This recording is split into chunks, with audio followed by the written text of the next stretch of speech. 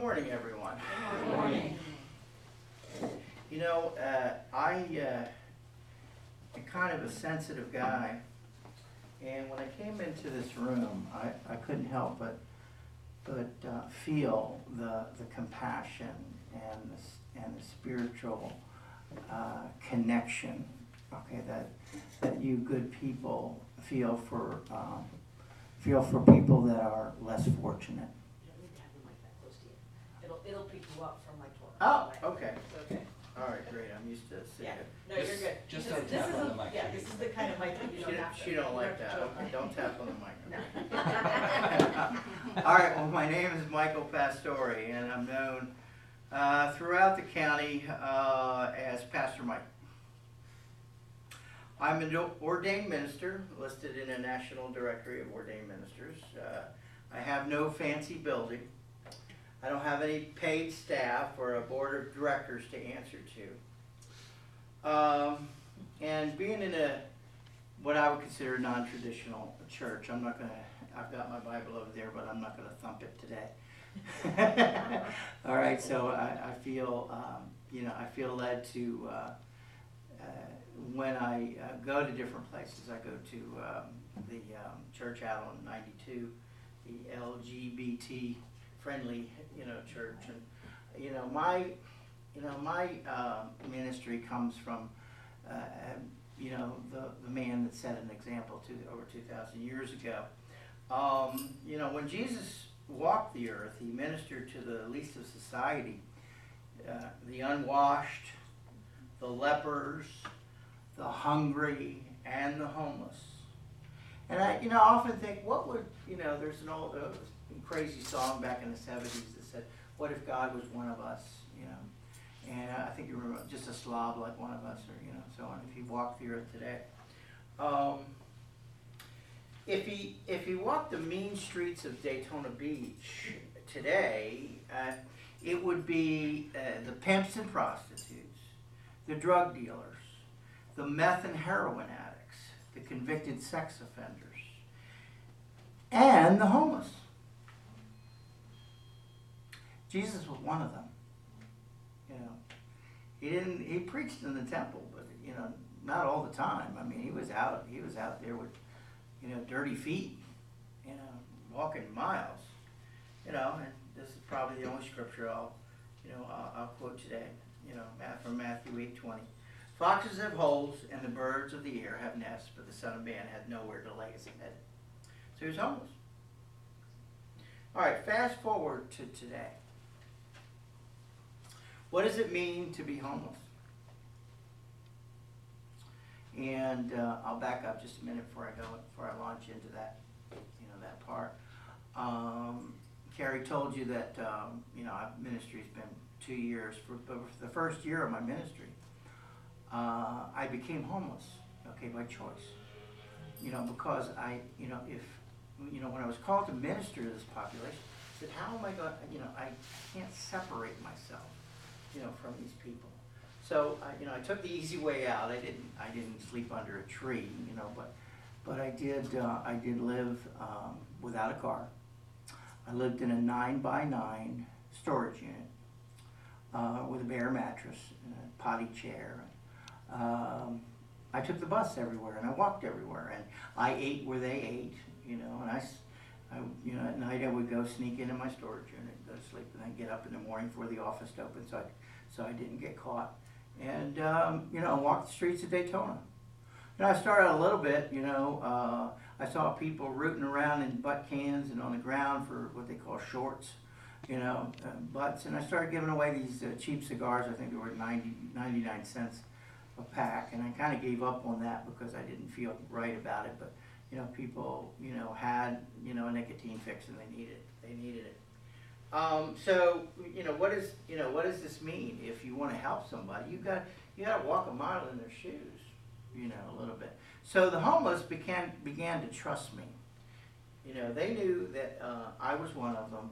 Okay, I know probably half of the homeless, the chronic homeless street people by first name, and they know me. And it's getting crazy out there because I drive down, hey, Pastor Mike. Waving at me, okay? So I'm pretty well known in Daytona Beach, and for whatever, I won't get into, making enemies, making enemies, but, when you bring the truth, sometimes, you're going to make enemies. The Pharisees and the Sadducees and the people high up in the temple, they hated Jesus. They hated him. He was absolutely scorned and rejected. The most rejected of men. So what does it mean to be homeless? It means, get into walking miles and miles every day because there isn't any central location to get everything that you need. You got to walk to meals. The Coalition for the Homeless serves, one plate of food, like 300 calories. This is supposed to sustain you all day. And everybody makes a big deal out of that, okay? And it's, it's okay. I don't want to be ungrateful, but, it's not, it's not fine dining, let me tell you. Walking miles to meals, to take a shower, to wash clothes, to get your meal, to see a nurse, and there's a tremendous amount of fellowship on the street. Okay, it's kind of like a bonding thing. We're all in this together, and and they form relationships and make friendships, and so on. But homelessness also means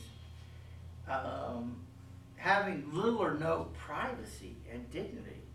You have to do everything in public, because there's no private place to close the door and do things, with a little dignity and privacy.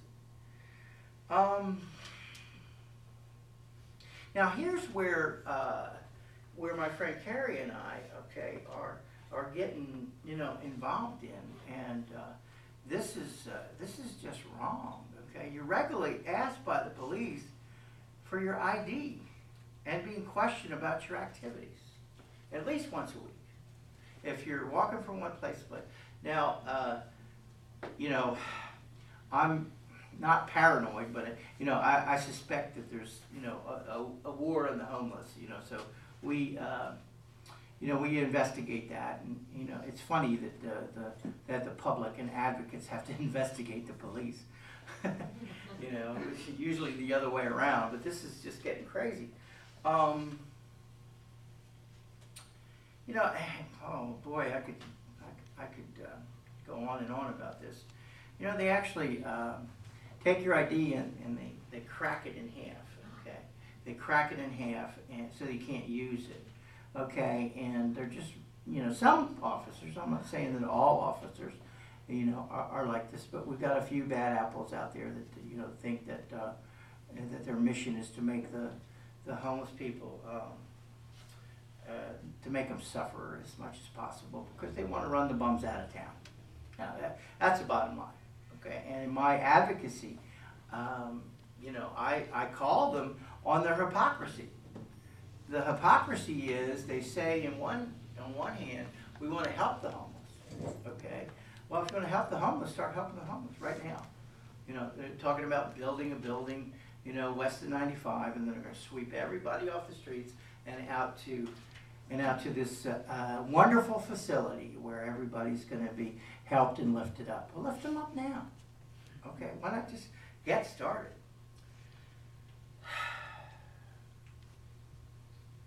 Homelessness means moving your living space, moving constantly to a new location so you can be left alone. Does anybody here, relish the idea of moving? No. I don't. But how about if your meager possessions and you had to pick up and move on a regular basis, just move to a new location every single month or week or what have you, and it's not a fun time. And sometimes you have to hang out with people who don't care about you. We have a lot of predatory people that look for the weak so they can prey upon them, whether they get a disability check or they get a few dollars. There's always somebody out there that's gonna want to get some money from each other, and they do dangerous things. you know, or they just act crazy, they're addicted and mentally ill, and, you know, that's, you know, because of the change in, you know, back in the 70s, they had, you know, they had mental health facilities, and they don't have that anymore. All right, so the mentally ill and the mentally challenged are dumped out onto the street, okay? And I regularly, you know, when I ride the bus, there's guys that, you know, talk to themselves, and there's a lady that, you know, runs out and starts screaming, you know, and they're just sad. You know, they're just sad. They need help, and then there's another tier of people that could be contributing members of society, and with the right treatment, okay, and medication. I mean, you know, we all know, you know, there's people out there that have issues, bipolar or whatever, or schizophrenia, okay, and so on. But those issues are managed, okay, by some medications, and I don't believe in all of that, but you know, but I'm not, you know, not like what's that, Scientology. I'm not like that. Okay, you know, okay. People can be helped, but you know, you ever heard the phrase, you know, oh, he's off his meds, okay, and they need to be. Some people need to be on the meds. All right, so but that's not going on right now. Okay, there's no outreach. Okay, there's no what I call proactive case management, where, you know, these people can be assessed and then put into, you know, so there's some of it going on, and I've taken the people to Stuart Marchman and, you know, and help them get their assessment and get their medication, take them to the pharmacy to get their medication. There's a lot more that can be done. All right, this is, now the next item, next bullet point is very important, because when you say homeless, there's a lot of people that I characterize as familyless, all right, because for whatever reason, because of their issues, whether it be drug addiction or alcoholism or, I'm watching, he's been watching his microphone, that for whatever reason, they burned all their bridges to safety, okay? Their families say, I've had enough, okay? You can't come back here, all right? And I understand that. Okay, when I was in the throes of drug addiction, you know, I used to tell, you know, my family wouldn't pee on me if I was on fire, you know, okay? But that was a protection, because they were protecting their families. They're drawing the wagons around, and we can't have this, you know, this crazy guy into our house because they thought I was going to steal the TV or whatever. Okay, but when you separate it, and there's some people that just, you know, had children, and because they're homeless, all right, the government agencies take their kids. All right, they take them, you know, and they say, well, this is not a safe environment for your children, so we're going to take your kids. All right. So, you know, I've talked to a few people like that have been on the street, and I just couldn't imagine that. I really, I have 3 beautiful daughters, you know, that I raised in New Smyrna Beach, you know, 25 years. So, and my youngest daughter is blessing me with a grandchild in May, you know, my first grandchild. So the plan that I had when I went into this ministry of saying, okay, you know, after a few years, I'm going to declare victory, you know, and I'm going to, you know, declare victory and say, God, you know, thank you. You know, I did this. I'm ready to go, and I'm going to go down to Nicaragua and teach English to little kids, and you know, and go, you know, watch the surfers, because I can't surf anymore. But you know what? You want to make God laugh is to tell him your plans. You know, so Natalie Ann Pastore will meet, you know, will be introduced in May, and I'm really happy about that. You know, when you're homeless on the street, you know, and you have like dirty clothes, and it's the thing with the backpacks. You see people walking up and down the street with the backpacks. Well, you know, that's most of what they own is in that backpack. Okay, so that's kind of like an identifier that the cops, you know, zero in on. But you encounter outright hostility and rejection from most people. Homelessness means that you're trying to get off the street. No, and I hear these, I call them urban myths about homeless people.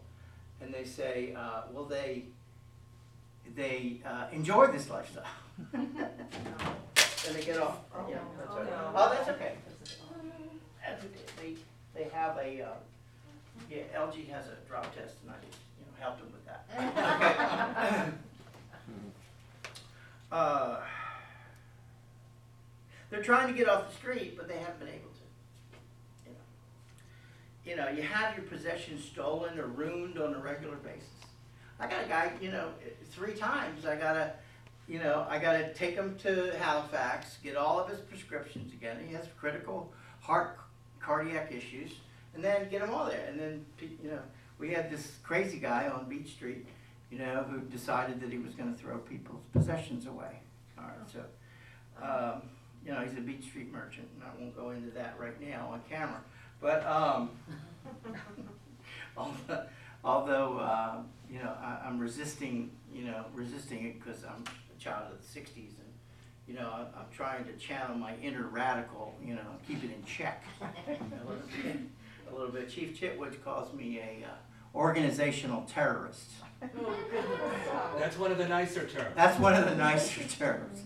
All right, so you know, and he said, well, Pastor Mike's out there doing his civil disobedience thing, and I feel like saying, well, okay, what laws am I breaking?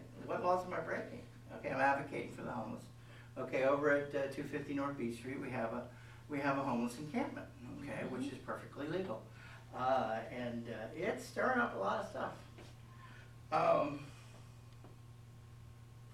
You know, these people, they constantly want money for their needs, but when they get it, they use it poorly.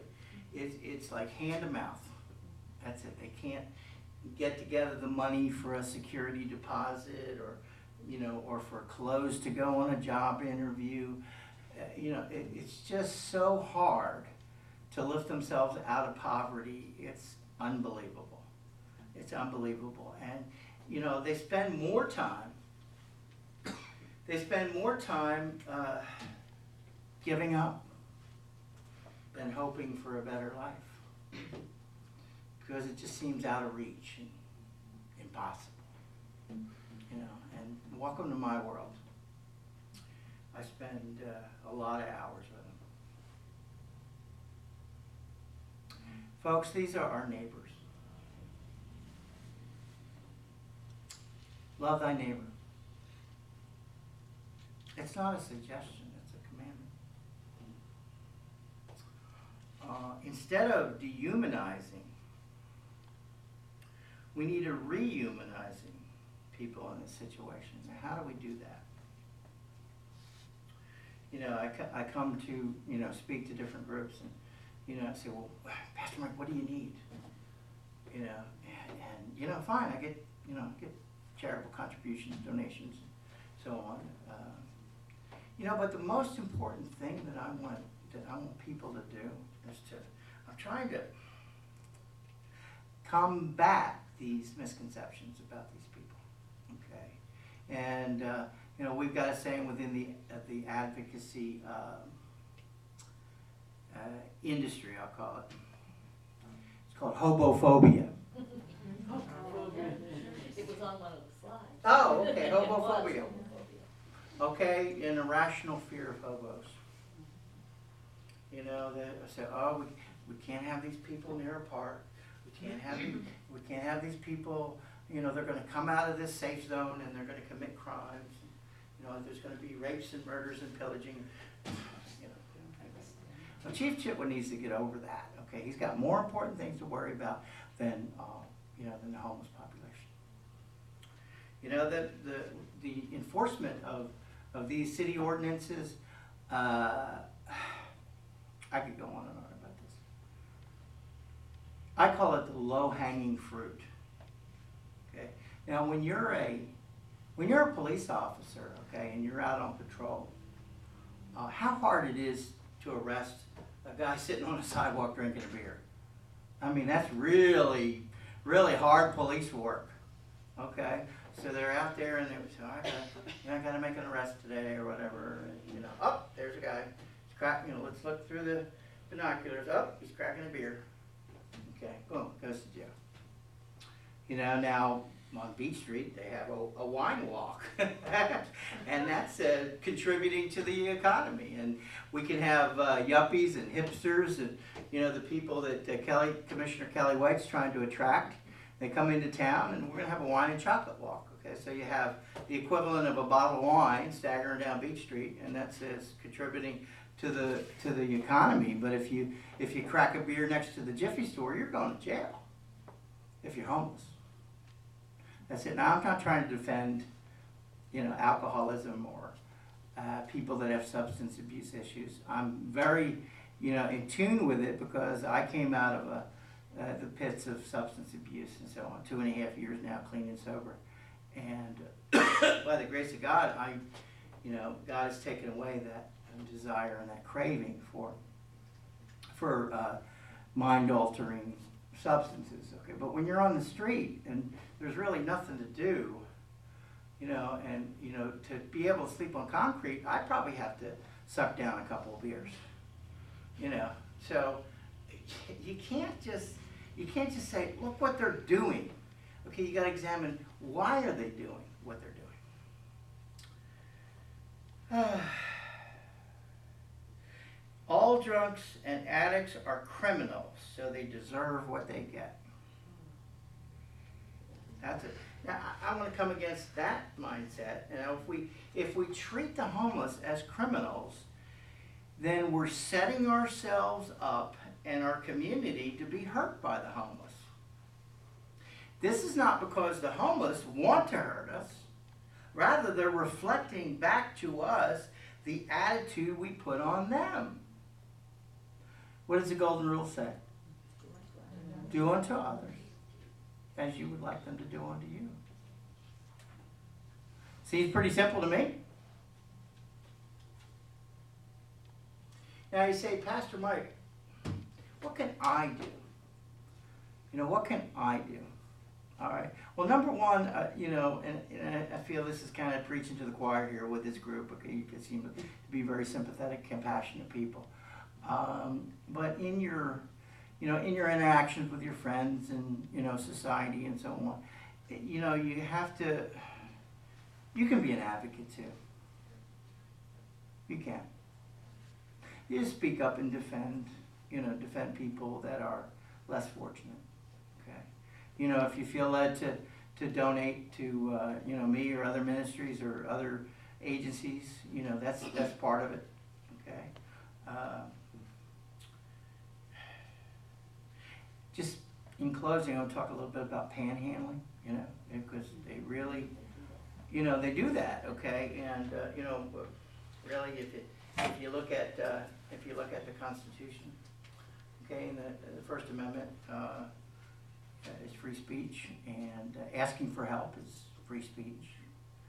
I don't get angry, you know, God's taken that away from me, you know, but I get upset and disappointed when people say I was accosted by a panhandler.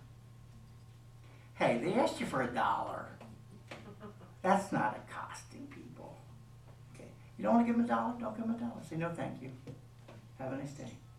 Okay, but I had a guy from DeLand, Pastor Jimmy Waddle. He has a ministry in DeLand, and he came up to the wall because he saw it on Facebook, and he said, "Here, Pastor Mike, you know these people better than I do." And he handed me $32 bills. And written on each $2 bill that said, "Jesus loved you." You know, that's his sentiment. Or you can put your own uplifting sentiment on a $2 bill. You know, keep them in your car. And if you have somebody at a traffic light, okay, give them a $2 bill and say, "How you doing?" You know, or on the street.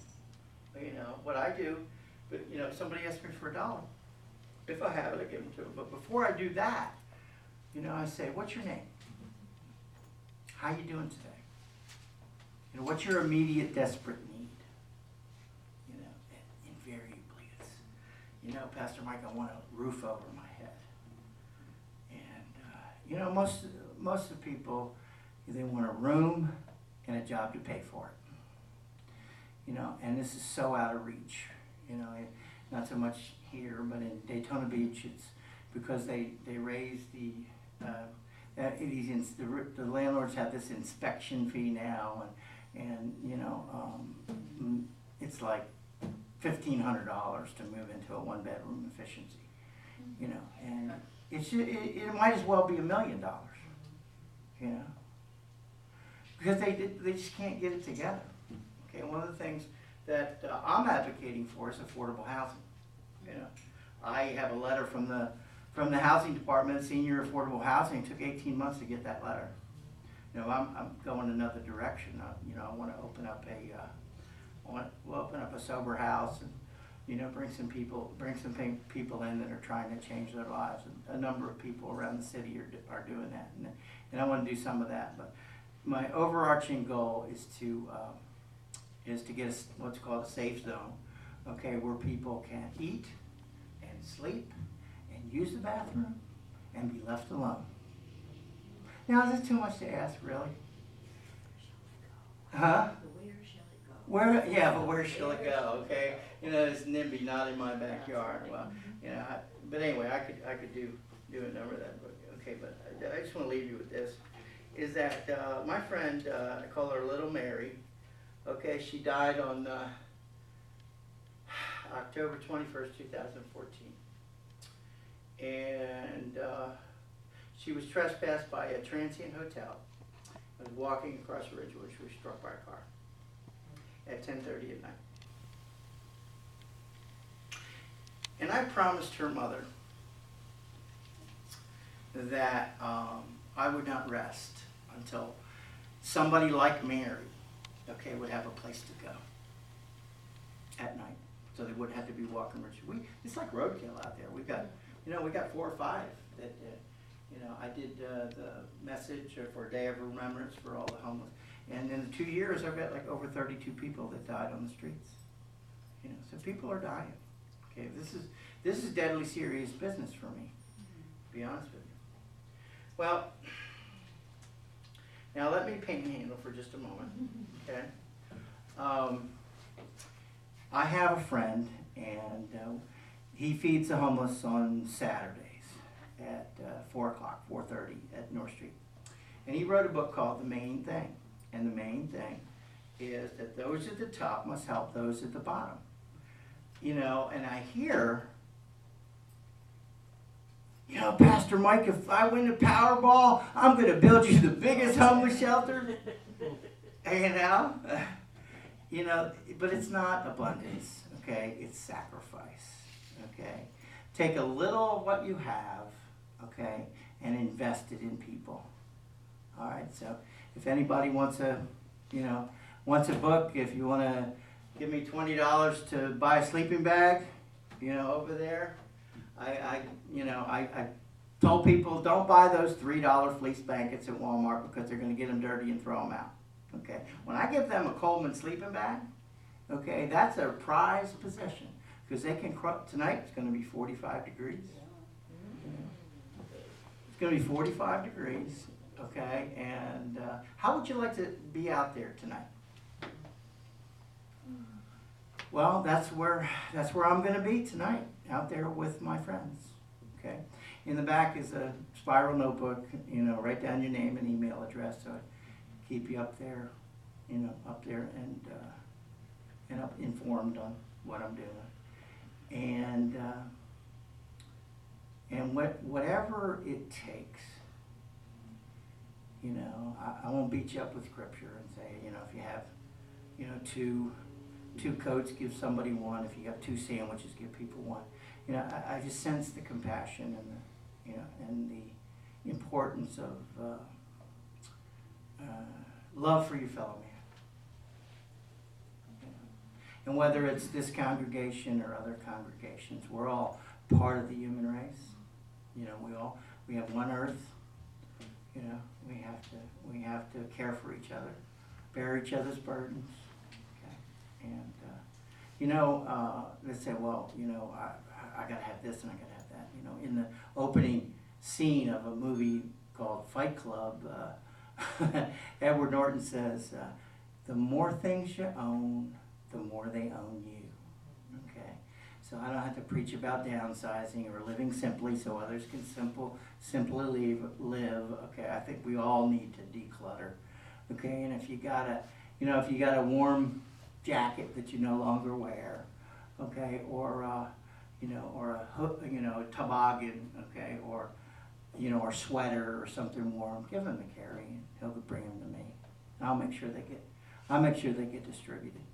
Okay, Carrie gave me his 0-degree sleeping bag that he's been hoarding for 30 years or whatever. True story. True story, yeah. And that's a prized position. So he says, you've got to get this cleaned.